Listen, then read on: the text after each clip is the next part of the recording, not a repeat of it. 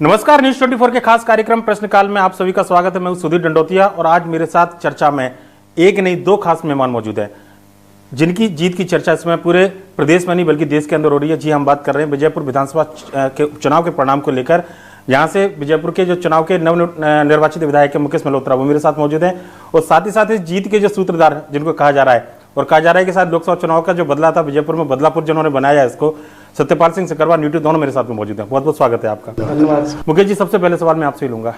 अप्रत्याशित जीत इसको कहा जा रहा है, एक बड़ा चुनाव था और पूरी सरकार जब हो सामने, बीजेपी जैसा संगठन उस सामने, देश के अंदर मोदी जी की लहर चल रही हो, उस समय बाई इलेक्शन के अंदर इस तरीके से जीतना लगा था कि कभी चुनाव में वाकई में ये चुनाव इतना टफ चुनाव होने वाला और जीत हासिल होगी?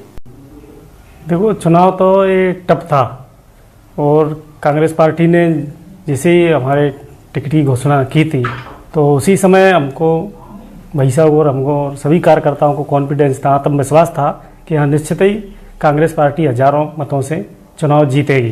क्योंकि जिस तरह से बीजेपी के लोगों को पहले ही लग गया था कि यहाँ पर बीजेपी कैंडिडेट चुनाव नहीं जीतेगा, इसलिए उन्होंने तमाम हथकंडे अपनाए। उन्होंने इस चुनाव में गुंडाओं को बुलाया, डकैतों को बुलवाया, गरीब लोगों पर गोलियां बरसाई, उनके हाथ पैर तोड़े गए और उनकी जो पर्ची थी वोट डालने वाली, उन पर्चियों को लूट लिया गया, छीन लिया गया और लोगों को रास्ते रोके गए थे वोट डालने से रोका। लेकिन जनता ने इसका बदला वोट देकर लिया और कांग्रेस पार्टी को विजयपुर से हजारों मतों से जिताया।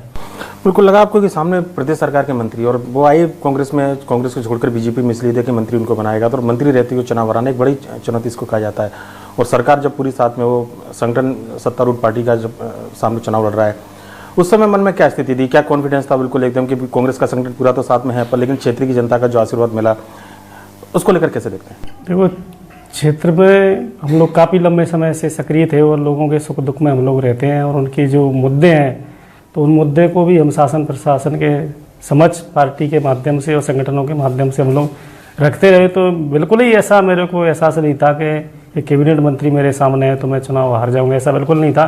कॉन्फिडेंस था कि चुनाव में जीतूंगा, निश्चित ये था। पर मन में डर था कि सरकार है, संगठन है, मंत्री जैसे लोग हैं जो नहीं, बिल्कुल डर नहीं था मेरे को, कतई डर नहीं था। सत्यपाल जी, मैं आपके पास में आऊँगा। क्या लगा कि क्योंकि मुकेश मल्होत्रा का कांग्रेस में आना, ये वो दौर था जब लोकसभा का चुनाव चल रहा था और आप उस समय प्रत्याशी थे, मेरे ख्याल से कहना होगा कि मुकेश जी को कांग्रेस में ज्वाइन कराने वाले आप ही हैं शायद उस समय से। नहीं, मुकेश जी का मेरा संपर्क लोकसभा चुनाव में हुआ और रामनिवास जी ने जब भारतीय जनता पार्टी ज्वाइन की तो मुकेश जी पूरे मनोयोग से ये तय कर लिया था कि अब ये लड़ाई कांग्रेस के साथ मिलकर क्षेत्र की लड़ना है।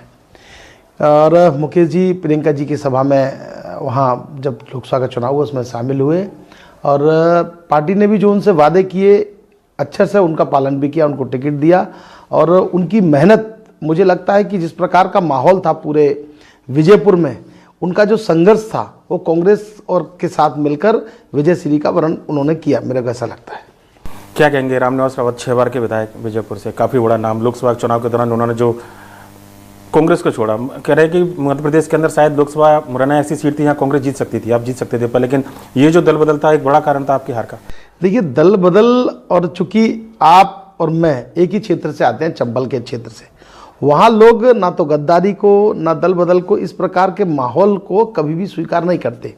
बहुत सारे ऐसे चुनाव हुए जब लोगों ने सत्ता बदली और बहुत सारे विधायकों ने जब भारतीय जनता पार्टी ज्वाइन की, चाहे आप गिरिराज दंडोतिया जी को देख लें, ओपीएस भदौरिया जी को देख लें, मुन्नालाल गोयल जी को देख लें, इमरती देवी जी को देख लें, सबसे ज़्यादा जो दल बदल करके विधायक हारे वो चंबल क्षेत्र में हारे।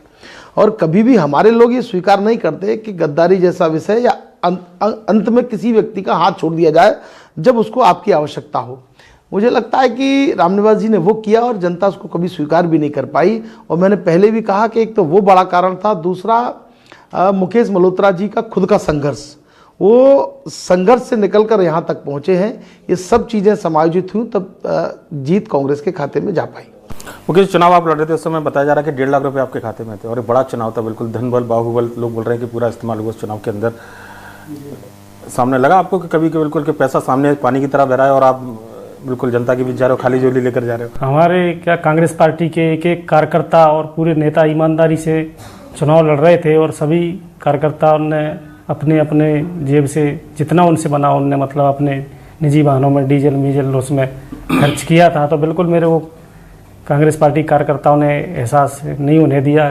कहाँ से कहाँ मैं चुनाव लड़ गया और पूरा उन्हें जीत की विजय दिला दी हम लोगों को। 2023 का चुनाव निर्दलीय लड़े आप, क्यों नहीं सोचा था कि पार्टी ने टिकट नहीं दिया कांग्रेस बीजेपी ने, इसलिए ताकत दिखानी थी, इसलिए चुनाव लड़े के बताना था कि नहीं मुकेश मल्होत्रा है, पहचान है उनकी क्षेत्र के अंदर, लोग इग्नोर कर रहे हैं उनको? हाँ, इसलिए हमने वो चुनाव लड़ा था 2023 का, क्योंकि लोग वहाँ के जो स्थानीय नेता थे वो नकार रहे थे कि ये व्यक्ति कभी विधायक नहीं बनेगा, तो इसलिए हमको सिद्ध करना था कि हम भी आदिवासी समाज से आते हैं और हम भी ताकत रखते हैं कि विधायक बन सकते हैं। सतपाल जी, एक सवाल लूंगा, दोनों की पृष्ठभूमि लगभग एक जैसी है, जिस पृष्ठभूमि से आप दोनों आते हो, कांग्रेस में भी शामिल हुए दोनों, आप लोकसभा के समय, मुकेश जी भी लोकसभा के समय एक साथ ही लगभग कांग्रेस में आए हैं, क्या फर्क देखते हैं? बिल्कुल एकदम, क्योंकि जो परवरिश जिस पृष्ठभूमि में हुई है उसके साथ में विचार और सारी चीज़ें, फिर आज अचानक से आना दूसरे दल के अंदर और एकदम स्थापित हो जाना दूसरे दल के अंदर, जहाँ बिल्कुल संकट का दौर चल रहा है वहाँ पर बिल्कुल नए चेहरे आए और स्थापित भी हो रहे हैं। देखिए, भारतीय जनता पार्टी में जिस प्रकार का उनका आंतरिक लोकतंत्र है संगठनात्मक, वहाँ बोलने की आज़ादी नहीं है, केवल आपको सुनना है, बोल नहीं सकते। और मुझे लगता है कि कांग्रेस इससे कहीं अलग है। कांग्रेस का जो लोकतांत्रिक ढांचा है संगठनात्मक, वो इस बात की इजाज़त देता है कि आप अपनी बात को मजबूती से रख सकते हैं। और मुझे लगता है कि जिस प्रकार का दृश्य हमको देखने को मिला कि एक गरीब का बेटा, जैसा कि आपने कहा कि उनके पास उस समय 1.5 लाख रुपए थे, कार्यकर्ताओं की दम पर और पार्टी ने जो पूरी ताकत से उनकी ईमानदारी से मदद की, एक गरीब के बेटे को विधायक बनाने का काम कांग्रेस ने किया। ये लोकतंत्र की खूबसूरती है और ये देखने को मिलता है भारतीय जनता पार्टी में जो रहा। मैं बहुत लंबे समय तक भारतीय जनता पार्टी विधायक भी रहे बीजेपी से, वो परिवारवाद से भी नहीं निकल पाए। हालांकि मेरे पिताजी भी विधायक रहे, भाई विधायक हैं, लेकिन मैं खुद छात्र राजनीति संघर्ष कर यहाँ तक पहुंचा हूं। लेकिन वो जो दायरा है भारतीय जनता पार्टी का, वो वहीं तक सिमट कर रहेगी। रामनिवास जी को भारतीय जनता पार्टी में शामिल कराना उनका यही उद्देश्य था कि इनके प्रकार कैसे भी हम लोकसभा चुनाव जीते और फिर रामनिवास जी को हम मंत्री बनाकर विधानसभा की दहलीज तक पहुंचाए। ये मंसूबे उनके कामयाब नहीं हुए। मैं तो आपके माध्यम से श्योपुर की जनता को बधाई देना चाहता हूं, धन्यवाद देना चाहता हूं कि उन्होंने लोकतंत्र जिंदा रखने के लिए, संविधान को बचाने के लिए वोट किया और मुकेश मल्होत्रा को जीत दिलाने का काम किया। लोकसभा चुनाव में कहा जा रहा था कि उस समय टिकट नहीं मिला, बड़े दावेदार थे बीजेपी से उस समय, और जब लगभग नीतू से करवा तय हो गया कि कांग्रेस से चुनाव लड़ने हैं, तो ऑफर भी आपके पास लेते काफ़ी, ऐसा कहा जा रहा है कि बुलाया जा रहा था, बताया जा रहा था कि नहीं सत्यपाल नहीं जाना है वापस, आपको कुछ देखेंगे। नहीं, ये सब बातें हुई। चूंकि मैं उस दल में रहा तो उस दल के लोगों से ऐसे नहीं है कि मेरे राम राम खत्म हो गई है, बातचीत अब बंद थी। बहुत सारी बातें हुई, मैं उनकी गहराई में नहीं जाना चाहता, लेकिन जो मेरा व्यक्तित्व है और उस क्षेत्र का जो नब्ज है, अगर मैं उस समय ऐसा करता तो हो सकता है कि मेरी राजनीतिक यात्रा, वो जो क्षेत्र की जनता बोलती है गद्दारी पसंद नहीं करती, जो आप पारिवारिक राजनीति समाप्त हो जाती। इसलिए मैंने ईमानदारी से यह तय किया कि मैं जिस दल में हूं उसी दल से चुनाव लड़ूंगा। हारना जीतना एक बड़ा कारण नहीं है। आप राजनीति में आज आप देखेंगे रामनिवास जी शून्य हो गए और मैं लोकसभा चुनाव हारने के बाद भी आज लोगों की जुबान पे बना हुआ हूं। ये केवल और केवल इस कारण रहा कि उन्होंने कुछ लालच में अपनी पार्टी छोड़ दी और मेरे को उस समय जो देश में सत्ता हासिल करने वाली पार्टी थी, जिसका महिमा मंडन पूरे देश भर में लोग कर रहे थे, उस पार्टी का जब मुझ पर ऑफर आया तब मैंने तय कर लिया कि मैं कांग्रेस के साथ रहूंगा, ईमानदारी के साथ रहूंगा। तो निश्चित बात है कि आप ईमानदारी से किसी व्यक्ति या पार्टी के साथ खड़े रहते हैं तो जनता भी आपको स्वीकार करती है। मुकेश जी, ऑफर आपको भी आए होंगे, लोकसभा चुनाव की चर्चा कर रहे थे, लेकिन सुन रहे थे हम लोग अभी थोड़ी देर पहले जब प्रेस कॉन्फ्रेंस थी कि आप बोले कि 5 करोड़ का ऑफर मिला था आपका, क्या था पूरा? हाँ, उन लोगों ने दिया था जो उनके मिलने वाले थे कर्मचारी अधिकारी, उन्होंने दिया था मेरे को ऑफर के आपको चुनाव नहीं लड़ना चाहिए, अभी आपका समय आगे अच्छा आएगा, आपको मंत्री बनाएंगे।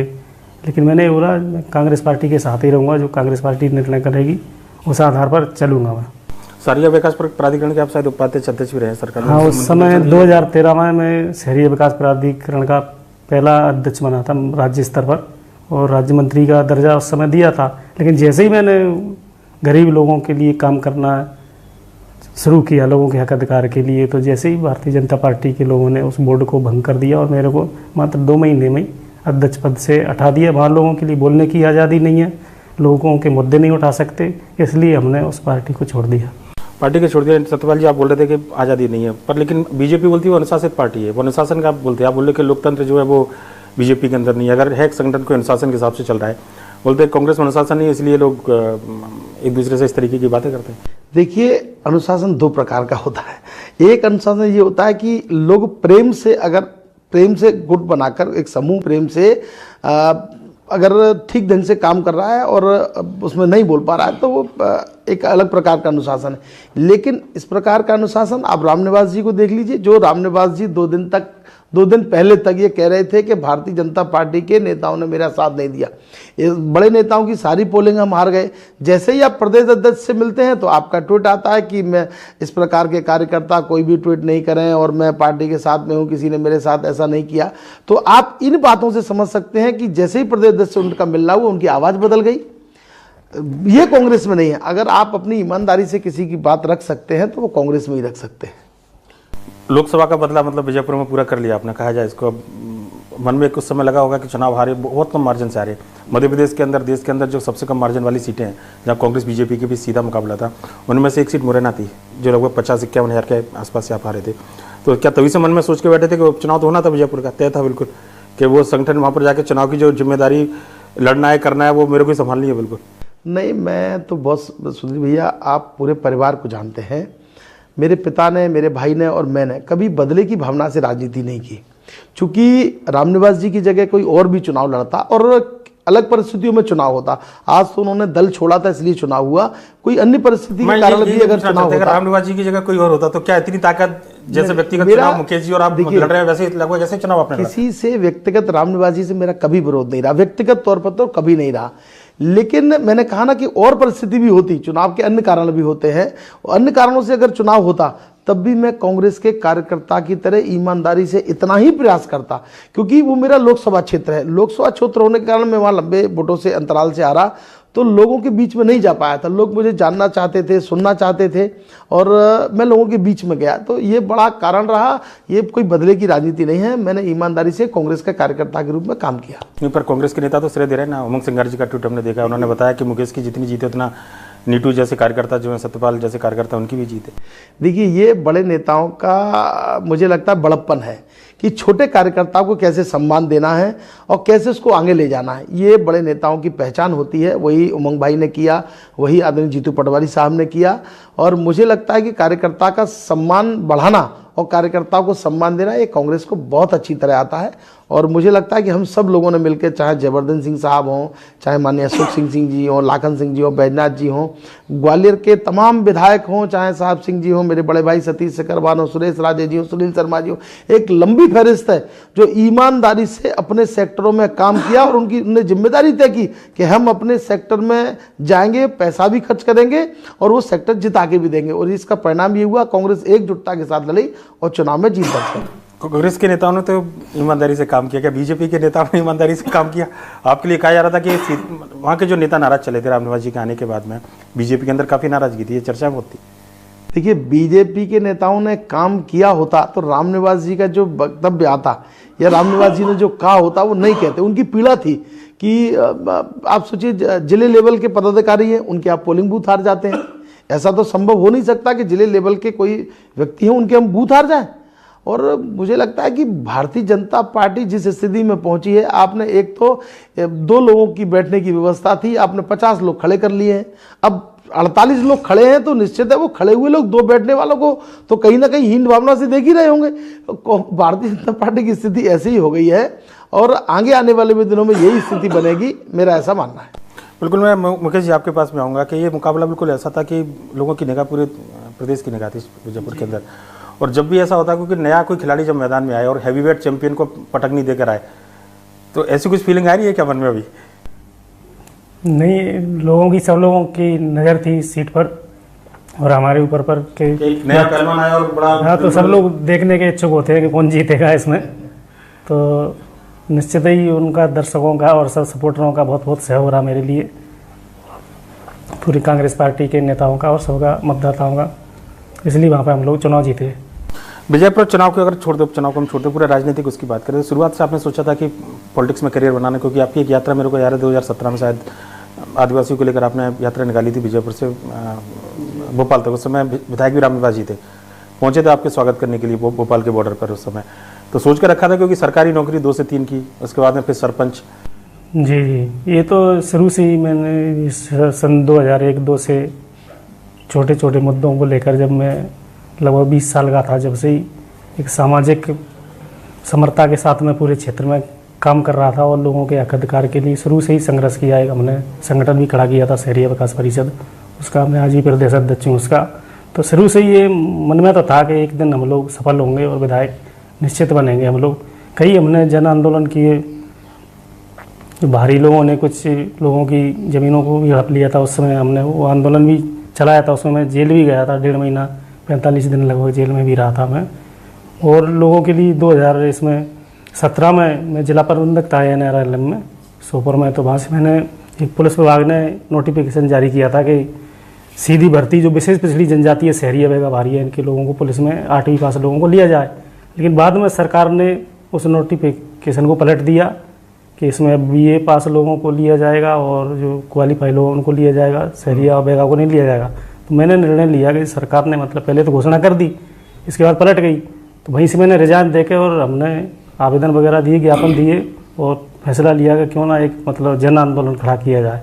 तो वहाँ से सोपोर से इसको 16 अगस्त को हम लोग वहाँ से पदयात्रा हमने चालू की थी, पैदल मार्च पूरा भोपाल तक। तो उसमें हमारे साथ वहाँ से लगभग 4-5 लोग चले थे। और भोपाल आते आते पूरे प्रदेश के युवा जो पढ़े लिखे लोग थे, जिनने अप्लाई की थी, वो लोग जुड़ गए थे वो लोग। तो सरकार को उस समय हमने झुकाया था। माननीय मुख्यमंत्री जी, तत्कालीन मुख्यमंत्री जी शिवराज सिंह चौहान थे उस समय, तो उन्होंने भी हमारी बात पर अमल किया। उस पदयात्रा से 389 पुलिस आरक्षक बने 16 जिलों में, शहरी वेगा भारी, और 146 पटवारी बने थे। तो कई मौक़ों पे हम लोगों के भी लड़ते रहते हैं और उसी का फ़ायदा मेरे को मिला और पार्टी ने टिकट दी। वकालत भी किया, इसकी जगह कोर्ट के जरिए भी न्याय दिला सकते थे, पर लेकिन ये लगा कि शायद है ना, जब तक सत्ता में भागीदारी ना हो तब तक शायद न्याय नहीं दिला पाए अपने समाज को, ऐसा रहता है।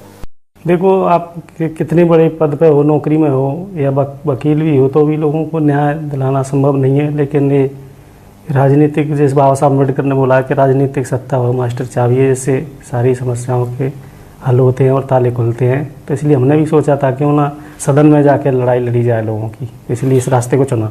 एक और मैं आपसे सवाल लूँगा मुकेश जी के, आपने यात्रा निकाली 17 में उस समय, उसके बाद 18 का चुनाव हुआ, बाई इलेक्शन मध्य प्रदेश के अंदर हुए, 2023 का चुनाव हुआ। क्या लगा नहीं बीजेपी के नेताओं के पोटेंशियल है मुकेश के अंदर, करना चाहिए, या फिर आपकी सुनवाई नहीं, बिल्कुल दिखाना पड़ा कि जब कांग्रेस में आया तभी विधायक बने? देखो, उस समय भी हम लोगों ने बीजेपी से भी मांग करी, लेकिन मैंने पहले भी बताया आपको कि बीजेपी जो पढ़े लिखे लोगों को और अच्छे लोगों को नहीं चाहती है कि कोई शिक्षित व्यक्ति राजनीति में आए, गरीब समाज से आए। अगर आए तो वो उनके हिसाब से मतलब चलने वाले लोग आए, कठपुतली बन के काम करे। तो इसलिए उन्होंने मेरे उस पर ध्यान नहीं दिया उन्होंने। सतपाल जी, आपसे मैं सवाल लूँगा। बिल्कुल एक लंबा समय पृष्ठभूमि बीजेपी के साथ में आपके रही, इसके बाद कांग्रेस में चली रहा है, बिल्कुल लोकसभा चुनाव है, और सतीश अग्रवाल जी कांग्रेस से 2 बार विधायक बने, बीजेपी ने हालांकि टिकट दिया था उनको। उसके बाद एक पूरी टीम जो ग्वालियर चंबल के अंदर, मतलब गैरा सिंह दादा कोई जाना पहचाना नाम है और सबको मालूम है कि टीम है, हैवी वेट है। तो क्या समीकरण ग्वालियर चंबल के अंदर आप देख रहे हैं? क्योंकि मध्य प्रदेश के अंदर कांग्रेस की स्थिति उतनी अच्छी नहीं है, पर लेकिन ग्वालियर चंबल में बाई इलेक्शन हो या 2023 का चुनाव हो, कांग्रेस ने अच्छा प्रदर्शन किया। लोकसभा में भी ग्वालियर और मुरैना 2 ऐसी सीटें थी जो सबसे कम मार्जिन वाली सीटें रही है, पर जीत में कहाँ तब्दील जो होना चाहिए, सक्सेस रेट 100% हो, वो कहाँ थोड़ी सी चूक दिख रही है? देखिए, जैसा कि आपने कहा कि मैं जो पूरे मध्य प्रदेश को अगर देखें, सबसे ज़्यादा अगर कहीं कांग्रेस मजबूत है तो चंबल क्षेत्र में। आज भी एक जिला है श्योपुर जिसमें शून्य लग गया, पहले भी शून्य था और आज भी लग गया शून्य। मतलब आप सत्ता का पूरा दुरुपयोग करने के बाद भी श्योपुर विजयपुर जीत नहीं पाए। और रही बात चंबल क्षेत्र की, चंबल क्षेत्र के लोगों की तासीर अलग प्रकार की है। हमारे लोगों को जब चाहे अंग्रेजी शासनकाल हो, मुगल शासनकाल हो, लोगों ने बगावत की सत्ता के विरुद्ध, बगावत की अनाचार के विरुद्ध, अत्याचार के विरुद्ध। और ऐसी ही स्थिति पूरे चंबल संभाग में है। चंबल के लोग अगर उनके साथ अन्याय होगा, अत्याचार होगा तो उठ खड़े होते हैं। और इसी का परिणाम यह है कि सरकार को मुंहतोड़ जवाब देने का काम अगर कोई बड़ा क्षेत्र करता है तो चंबल का क्षेत्र करता है। और आगे आने वाले दिनों में भी देखने को मिलेगा कि चंबल में ही सबसे ज़्यादा मजबूती कांग्रेस को दिखाई देने वाली है। पर डिसीजन थोड़ा सा देरी से होते हैं, आपके समय हुआ था 14 दिन का समय वाला लोकसभा में। नहीं, अब वो बात तो सारे लोगों के जहन में है, वो बात ठीक भी है कि कांग्रेस के जो डिसीजंस होते हैं वो अगर समय पे होने लगे तो मुझे लगता है कि परिणाम और भी सुखद आने वाले हैं। जल्दी डिसीजन होना चाहिए, ऐसा हम सब लोग कार्यकर्ताओं का मानना है। एक बात कही जाती है, मैं दोनों से सवाल लूंगा बारी बारी से, कि हार जो है ना वो कोई श्रेय लेना नहीं चाहता, पर जीत के श्रेय लेने वाले तमाम लोग हो जाते हैं। कांग्रेस के अंदर भी इस समय देख रहे हैं, बिल्कुल अलग अलग नेताओं से पोस्टर लगे हुए हैं। कोई प्रदेश अध्यक्ष जीतू पटवारी जी को बोल रहा है कि उनका है, जयवर्धन सिंह जी के अलग, सत्यपाल सिंह सिकरवार का अलग। क्या किसको जीत का श्रेय है? नहीं देखो, जीत का श्रेय सबसे पहले अगर किसी को देना चाहिए विजयपुर की जनता को, दूसरे नंबर पर किसी को जीत का श्रेय देना चाहिए तो कांग्रेस के आम कार्यकर्ता को, और तीसरी जीत अगर जीत की जिम्मेदारी किसी की बनती है तो वो है जीतू पटवारी साहब, उमंग सिंगार साहब, जयवर्धन जी, अशोक सिंह जी, लाखन सिंह जी।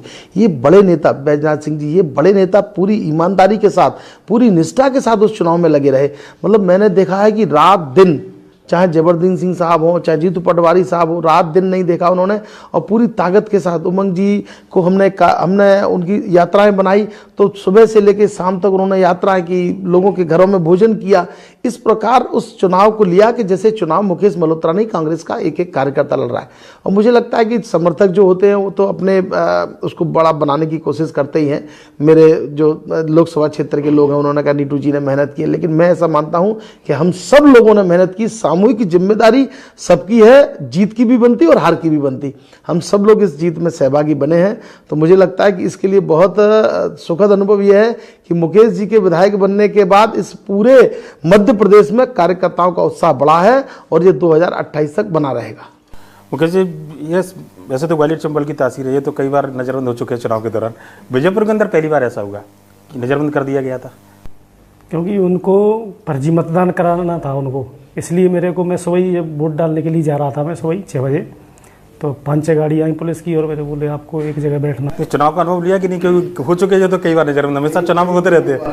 हाँ बिल्कुल, उससे आगे के लिए भी अनुभव मिला और हम लोगों को पूरे 5 बजे तक बैठा रखा और छोड़ा था। मेरे को बैठाने के समय में उनने जितना फर्जी मतदान हुआ उनसे पूरा उनने करवा लिया था, लेकिन इसके बाद भी वोटरों ने साइलेंट वोट मेरे को दिया, कांग्रेस पार्टी को वोट दिया, इसलिए कांग्रेस पार्टी चुनाव जीती वहाँ पर। एक और बड़ा कारण बता रहे हैं, जो गोलीकांड हुआ 2 दिन पहले जिस तरीके से, और लगा कि शायद एक माहौल बदलने वाली तस्वीर क्षेत्र के अंदर जो मैसेज गया, हालांकि वो गुंडे बंदोबस्त से FIR हुई है, सारी चीज़ें, पर लेकिन कांग्रेस शायद ये जताने में सफल रही कि जो है ये रावत जी के आदमी है।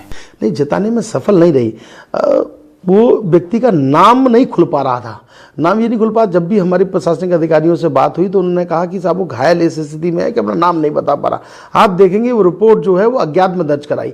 जब हमारे कार्यकर्ताओं पे जो ग्रामीणों ने जो उसके साथ बांध के उसको डाला, तो वो जो वीडियो आया, वो वीडियो के बाद जब वो लोगों के पास गया तो किसी ने कहा ये बंटी रावत है मटरायल का, जो डकैत है। और वहाँ के थाना प्रभारी से मेरी खुद बात हुई, उसने कहा ये हमारा नामचीन बदमाश है, हमारे यहाँ का डकैत है, और इसके पास एक ही थाने में, वो मेरे पास सूची है अभी भी, एक ही थाने में 15 अपराध हैं, 302, 307, लूट, डकैती, आगजनी। बड़ा बदमाश है, छोटा बदमाश नहीं है। इसको हल्के में उस समय लिया गया, लेकिन वो बड़ा डकैत है और ऐसे कई गैंग थी वहाँ। ये बंटी रावत तो पकड़ा गया, ऐसी बहुत सारी गैंगें थी और इसका हमको पहले से अंदेशा था। आप देखिए 15 से 20 दिन पहले हमारे जिलाध्यक्ष ने एक आवेदन SP महोदय को दिया और इनकी मुकेश मल्होत्रा की सुरक्षा की गुहार भी लगाई। उसमें कहा कि डकैतों की आमद होगी। हम पहले से ही चिंता कर रहे थे कि डकैत आएंगे और वही हुआ। हम और ये रामनिवास रावत जी के व्यक्तिगत उससे संबंध है और हर चुनाव में आता है। ऐसा नहीं है कि हाँ, मैं तो चाचा खैर बोलता हूँ, और क्योंकि मेरा एक स्वभाव रहा है, मैं जिससे भी मेरे संबंध रहे होंगे, हम लोगों ने संबंध निभाने का काम किया। लेकिन चूंकि वैचारिक लड़ाई है, मैंने कहा व्यक्तिगत मेरी कोई लड़ाई, वैचारिक लड़ाई है। मैं आज कांग्रेस में, वो भारतीय जनता पार्टी में, हमारी वैचारिक लड़ाई है। उस लड़ाई को दोनों ने ईमानदारी से लड़ा। मतलब दल भले बदले पर लेकिन दिल मिले हुए, ऐसा कह सकते? नहीं देखो, दिल मिलने की बात तो इसलिए नहीं कह सकते क्योंकि जिस प्रकार का उनका स्वभाव रहा, उन्होंने वो किया। मेरे को 22 तारीख को, अब मैं उस बात को आगे ले जाता हूँ, 22 तारीख को मुझे बुलाकर मेरे बड़े भाई डॉक्टर सतीश सिकरवार, मैं, रामनिवास जी और एक ब्लॉक अध्यक्ष श्रीधर गुर्जर, एक हमारे व्यक्ति थे सेठी रावत, ये 5 लोगों के बीच में बैठक हुई। उन्होंने कसम खाकर मुझे आश्वासन दिया कि मैं ईमानदारी से तेरे लिए काम करूंगा। मेरे को 25 तारीख तक ये कहते रहे कि मैं 25 को कार्यक्रम बनाऊंगा, 28 को कार्यक्रम बनाऊंगा। 30 तारीख को आप छोड़ के चले गए। केवल 5 दिन का समय था। एक एक कार्यकर्ता पोलिंग बूथ पर बैठने वाले, BLA सेक्टर, मेरे पास कोई व्यक्ति नहीं बचा। ये उनने धोखा दिया। मुझे केवल और केवल इस बात का गम है, पार्टी वो छोड़ते मुझे कोई दर्द नहीं होता, लेकिन जिस प्रकार वो पार्टी में गए, जिस प्रकार मुझे घर बुला के आशीर्वाद दिया, मिठाई खिलाई, वो मुझे दर्द जीवन भर रहेगा। उनकी इस प्रकार जाना मेरे लिए पीड़ादायक था और मुझे लगता है कि पीड़ा जीवन भर बनी रहेगी। तो हो तो गया, उस लगे तो रहे आप उसके बाद। नहीं, लगना तो इसलिए था क्योंकि मैं कांग्रेस का कार्यकर्ता था, मैं लोकसभा चुनाव लड़ा और मेरी जिम्मेदारी बनती थी। क्योंकि मुकेश जी उस समय भी, मुकेश जी को मैं साथ लेके गया तो मुकेश जी ने मुझे आश्वासन दिया कि मैं आपके साथ रहूंगा, कांग्रेस के साथ रहूंगा। ये मेरी जिम्मेदारी बनती थी कि उस व्यक्ति ने तब मेरा हाथ थामा जब मैं कठिन परिस्थितियों में था। आज वो कठिन परिस्थितियों में है तो मैं उसके साथ चलना, ये मेरी नैतिक जिम्मेदारी थी और मैं ईमानदारी के साथ पार्टी के साथ भी चला, मुकेश जी के साथ। मुकेश जी विधायक बन गए, अब सत्र भी आने वाला है, क्या प्राथमिकता है क्षेत्र को लेकर? क्योंकि विजयपुर श्योपुर काफ़ी पिछड़ा क्षेत्र है और सहरिया जनजाति जो अधिक पिछड़ी जनजातियों में शामिल है, इसको लेकर तो क्या मन में सोच कर रखा है कि क्या करना है क्षेत्र के लिए, अपने समाज के लिए, लोगों के लिए? अब तो देश विदेश की निगाह, क्योंकि चीते भी वहाँ चुके हैं पर्यटन के स्तर पर देखें तो, कुछ दिमाग में सोचा है, कुछ विजन क्या है? अभी देखो वहाँ पर जो सरकार ने घोषणा करी है माननीय मुख्यमंत्री महोदय ने, तो उनको लाएंगे हम निकाल के और उनके महासदन में हम लोग रखेंगे उनके समझ के ये घोषणाओं को अमल करिए। और जो विशेष पिछड़ी जनजाति है, शहरी व गवारिया, उनके हक अधिकार की भी मांग माननीय सभापति महोदय के समझ रखेंगे और क्षेत्र के विकास के लिए। तो बिल्कुल समय हो चुका है, बिल्कुल प्रश्नकाल में पूरा, और निश्चित तौर पर बहुत बहुत बधाई जीत के मुकेश जी आपको, और आपको भी भविष्य के लिए शुभकामनाएं। तो आज मेरे साथ मौजूद थे विजयपुर के जीत के दो हीरो, और निश्चित तौर पर इस पूरे उपचुनाव पर मध्य प्रदेश की देश की निगाह बनी थी, और इस उपचुनाव में मध्य प्रदेश के अंदर कांग्रेस को एक नई जान दी है। ये एक बड़ी बात है, कहना होगा कि कांग्रेस का जो संगठन है, कांग्रेस है, उसको एक नई जान दी है। देश के अंदर कांग्रेस को नई जान इस उपचुनाव के माध्यम से मिली है, और कहना होगा कि भविष्य के दो कांग्रेस के नेता जिनका शुभकामना दे सकते हो उज्जवल भविष्य के लिए, आज उनसे हमने प्रश्नकाल के दौरान चर्चा की।